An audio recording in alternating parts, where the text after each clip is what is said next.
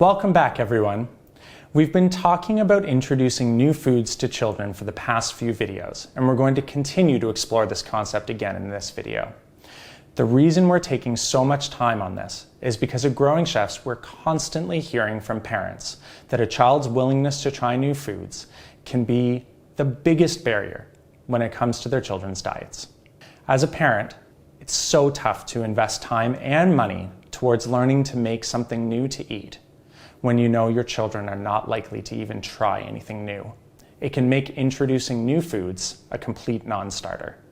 In this video, we're going to go into a little more detail about some strategies to encourage trying new foods for young children. So let's dive in.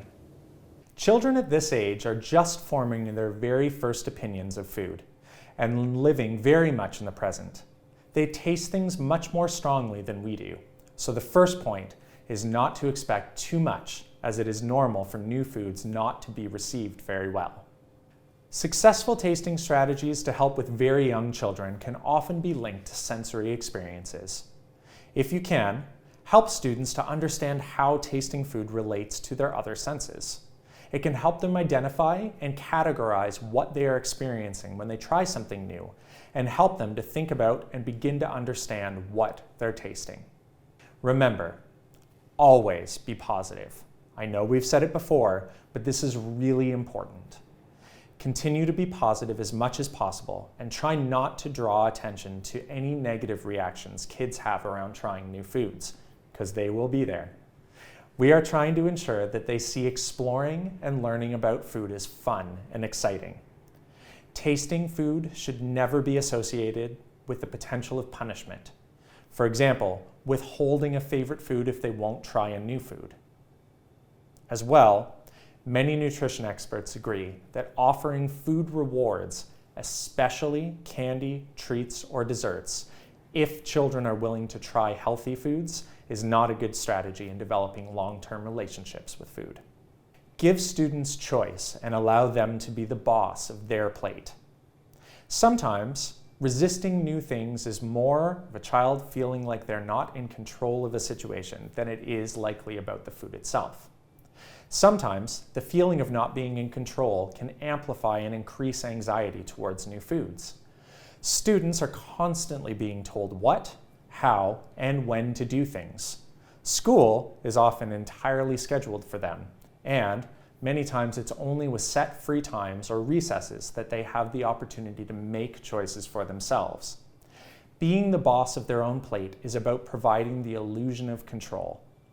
By providing a variety of healthy foods to try and letting them choose which exact foods and how much of each and how they want them arranged on their plate can give students the opportunity to feel like they are in control of the situation and making their own choices. This can really help with their attitude towards trying these new foods. If the opportunity allows, serve new foods family style or on communal platters and allow students the opportunity to make choices about what goes on their plate and what it looks like on their plate.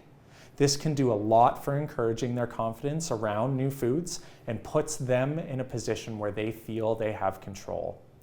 You should still present parameters which will clearly outline what amount of control they have. For example, present students a variety of fruit and vegetables and be clear that there are no wrong or bad choices, but make it sure that they understand they have to choose maybe 2 or 3 different foods, or at least a certain amount of each of the foods they choose to put on their plate. Maybe they'll choose a plate completely full of grapes, or maybe they'll reach out and try some lettuce.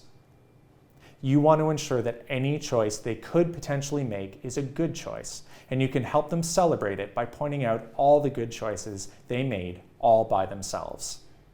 Salad bar programs are perfect for this strategy, as it should be easy to set it up so that any choice that students can make can be seen as a good choice. A quick note, if you are going to plan an activity with your class that involves tasting, try not to schedule it right after a snack time or lunchtime. Children at this young age mostly only eat without prompting if they're hungry. So if you find that you have students that do not want to eat the food that they generally always enjoy, there is a pretty good chance that they may simply just not be hungry. And if presented with the same food at a different time, they may be more open to it. And last, involving students in the process is one of the best strategies for getting children of any age to try new foods. If students are involved in food preparation, this gives them the chance to explore the food using all of their senses. They will also be curious and excited to eat, and likely even more proud to share with others what they have created.